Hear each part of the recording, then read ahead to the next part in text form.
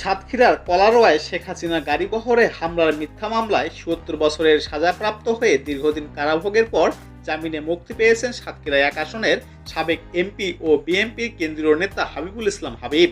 উচ্চ আদালত থেকে জামিনে আদেশ পাওয়ার পর মঙ্গলবার বিকেল 4:30টার দিকে কেরানীগঞ্জ থানা ঢাকা কেন্দ্রীয় কারাগার থেকে মুক্তি পান তিনি।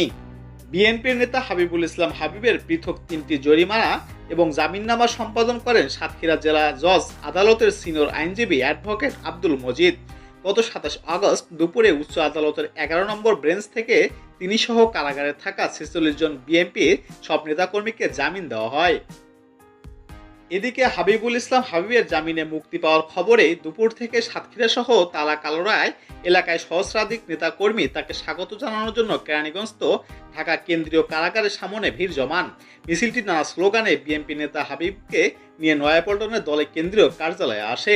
বিএনপি যুগ্ম মহাসচিব হাবিবুন নবী খান সোহেল, তথ্য বিষয়ক সম্পাদক আজিজুল বারী হেলাল তাকে স্বাগত জানান। পরে সবার সঙ্গে সাক্ষাৎ করে কুশল বিনিময় করেন। শারীরিকভাবে অসুস্থ থাকার পরে ধানমন্ডিস্থ বাসভবনে চলে যান তিনি।